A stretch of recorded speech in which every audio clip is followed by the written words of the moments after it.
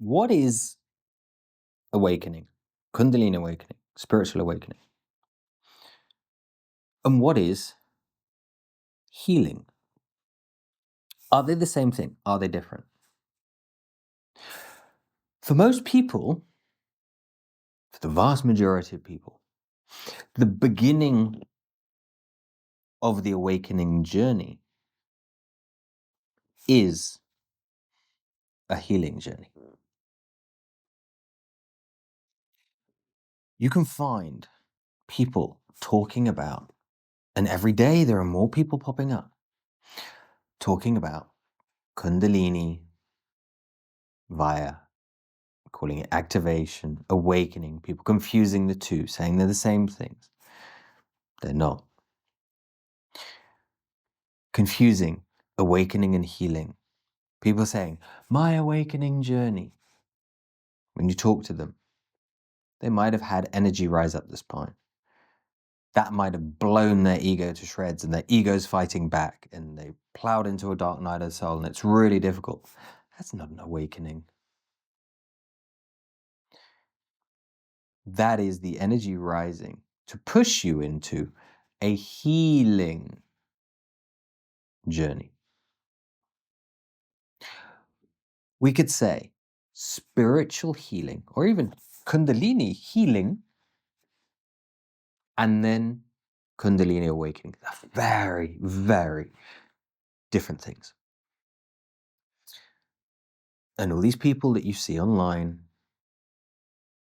that talk about it, most of them have no idea what an awakening is. Don't get me wrong. There are a few very good teachers out there. And those teachers, those masters, will tell you there are very few souls that are actually awake today. Most people are just kidding themselves, or they get to certain stages and think they're further on than they are. They all say this for a reason. I say this for a reason. Because they are very, very different. Don't get me wrong, for those types of people that we've talked about before, that are shocked and upset and triggered by the things I say. First, the vast majority of people need to heal. Virtually everybody. Everybody has traumas to release, some more than others. Traumas, anxieties. We can release these things using psychology.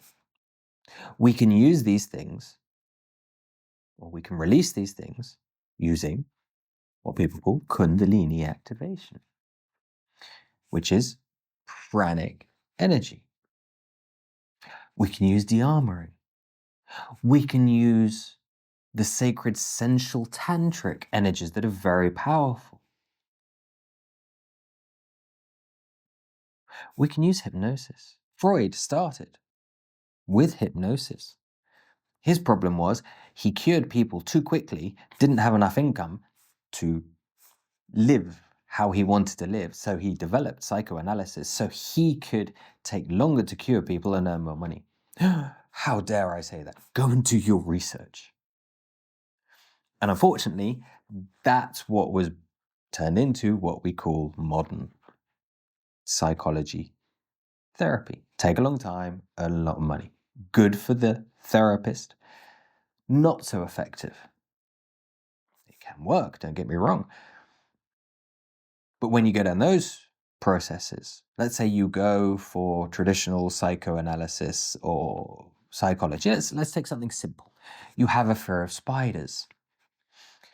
How long does it take to get over a fear of spiders? Well, depending on the person. You can even say to someone at the beginning of a therapy, healing, you can say, how long is it going to take to get over this? Well, I think, it's quite a difficult one. I think it's going to take me 6 months. And the people that think it's going to take 6 months will take 6 months. And so that person who has a fear of spiders, after 3 months, are they half cured? After 5 months, are they 80% cured? Or healed, or de-traumatized, whatever we want to call it, because we have to have Be very careful of the words we use today, thanks to allopathic medicine. And the answer is no. The answer is to get over a fear, just like because a fear is a trauma is created. So we think fear of spiders, and this can happen with everything. So most people have a fear of spiders because they're in the garden or they're in the shower, they're relaxed, and suddenly they think there. And it's not like let's say you're in the shower, it's not like the spider jumps on your head and attacks you. And most of the time it's just you're there relaxed, having a shower, and you see this spider run across, it shocks you, and it creates this trance state, this hypnotic state in you, combined with the shock and the fear, which boom, trauma, boom. Yeah, you have a fear, you have a phobia. And so it doesn't take 6 months to get over that phobia. You get over the phobia like that. Now, if someone thinks they need 6 months, after 3 months, they're not half cured. After 5 months, they're not 80% there. It's when they take the final decision, whether it's through whatever process they use. The slowest, obviously, is going to be the psychology one. And they finally get to that stage where they feel ready and comfortable to take that decision, they take that decision. This is why we can say hypnosis is very, very powerful. It's why Freud started and was so successful. And again, if you read about Freud, you will find that he took these people to states, and it looked as though they were having exorcisms within the states. Does that remind you of something like Kundalini activation demos? Some people, you read comments and say, "Oh, it looks like they've been possessed. It looks like an exorcism." Yes, it does look like that because that's what we're programmed to think is happening rather than something positive, that they're releasing something. And if you actually think about what an exorcism is, it is releasing something dark, your shadows, your traumas from you. So technically, it is an exorcism. The only thing is, people think that's about the devil, but devil, demon, shadow, the things you repress within yourself, the emotions that cause anxiety, which cause things within you that pull on you, and the traumas which control you. Anyone that's had traumas about something, and I'm not talking spiders here, I'm talking big traumas. Those are the things that hold you back. Those are your demons. When you release them, if you release them energetically through energy work, through hypnosis, through your body can literally go through the armoring. Your body can literally go through all these movements and spasms, and as it releases, healing. That is healing. When we release traumas, when we do shadow work, when we release the grip duality has upon us, and we start to get close to something that we could call free will. Because people say, does free will exist? Well, whilst you're stuck in duality, you have a perspective. Whilst you have that perspective controlled by good and bad, obviously you don't have free will, do you? But when people start seeing these things, it is amazing to go through these things. It is transformational. It is quantum reality changing. It is leaping bounds very quickly. Our whole life changes. We understand that people that are around us no longer suit us, no longer fit us, they hold us back. We have life you know what I mean? And we're like, oh, I'm going to leave everything, I'm going to sell my house, I'm going to quit my job, and I'm going to travel the world. Revelations, that's the word. Because I've had an awakening. No, you've had trauma release, which we could call mental healing, energetic healing. Nothing to do with the medical side of things. Again, even the word healing these days, thanks to allopathic medicine, trying to control it. These things are amazing. These things are, so people who have, talking about allopathic medicine, people who have spontaneous cures from diseases, unexplicable by modern medicine, but they happen more often than you think they do. It's amazing when you look at it. You know, you've got the most famous one, who is actually a medical doctor, Joe Dispenza. He had this happen to him. Many people have this happen to them. These things are, open your eyes.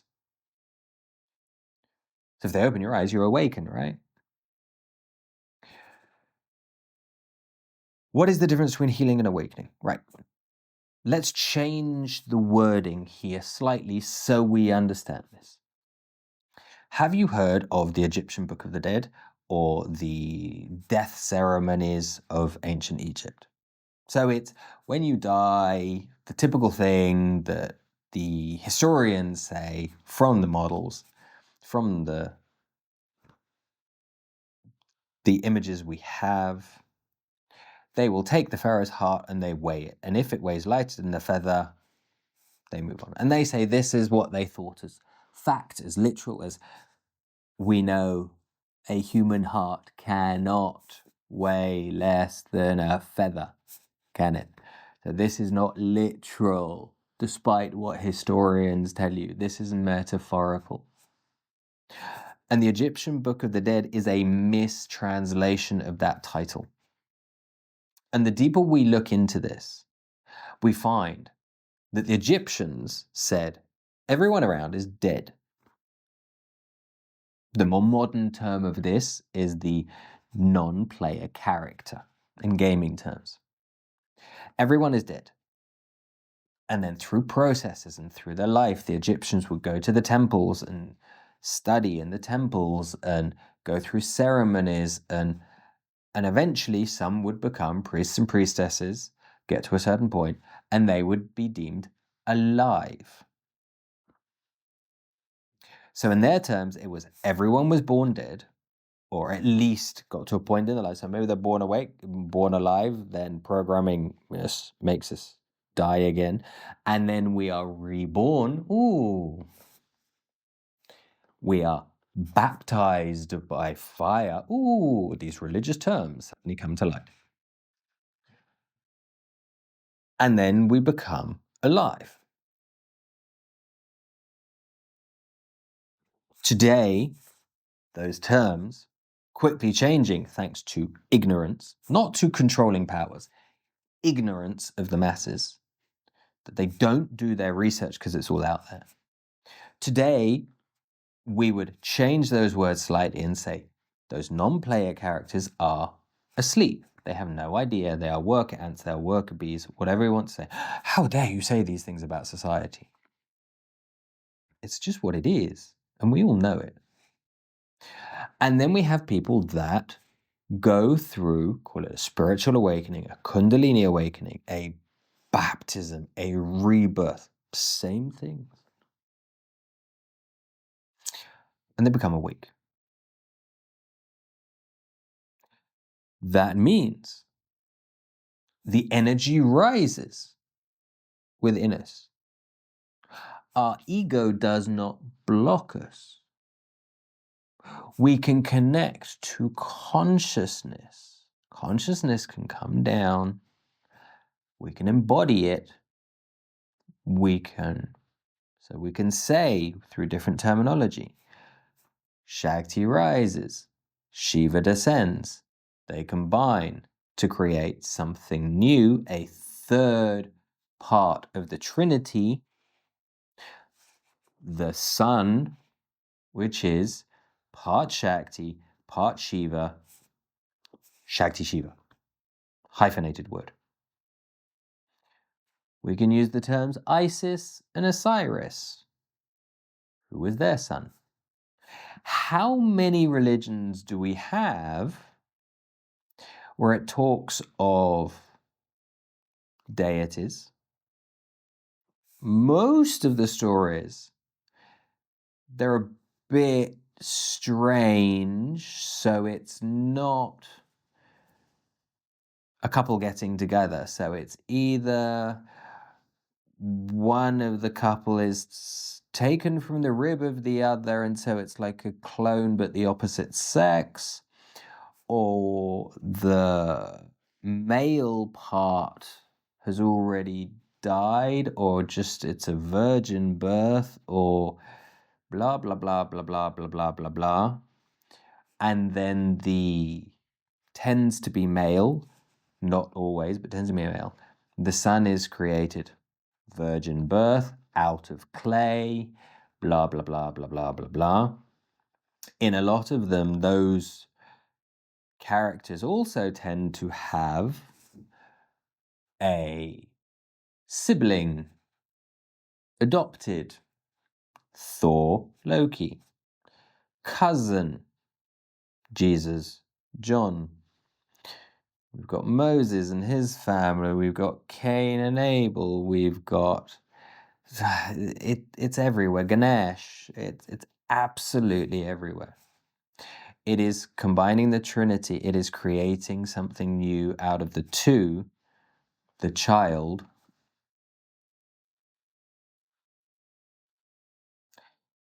the new awareness, the awakening, the becoming alive.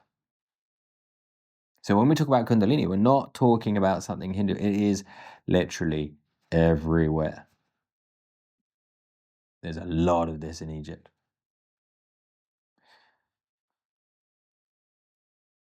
That is an awakening, not healing. Healing is releasing the traumas, feeling wonderful, growing, getting to point zero. Once we reach point zero,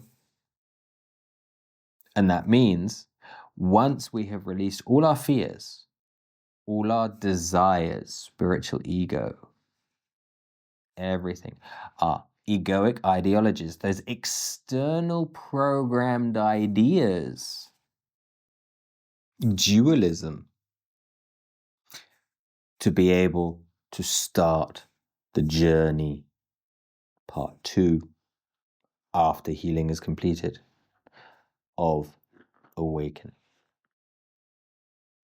Understand the difference. Whilst you kid yourself and think healing is awakening, you will always be blind. Awakenings are still rare, perhaps more common today than before, but they're still rare.